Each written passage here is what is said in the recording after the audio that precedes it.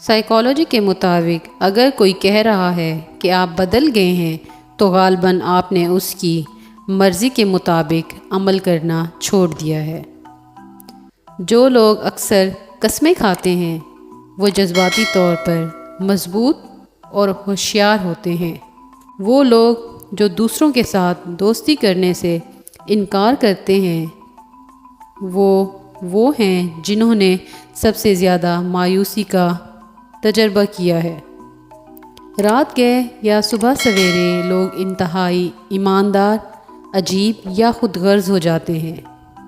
اکثر خاموش رہنے کا مطلب یہ ہے کہ آپ کو نہیں لگتا کہ دوسرا شخص آپ کے خیالات کو سننے کے لیے تیار ہے۔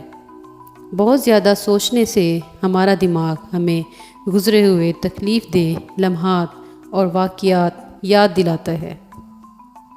یاد رکھیں، دھوکہ دینے والے ہمیشہ دھوکے کے بارے میں سوچیں گے، جھوٹ بولنے والے سمجھیں گے کہ سب جھوٹ بول رہے ہیں۔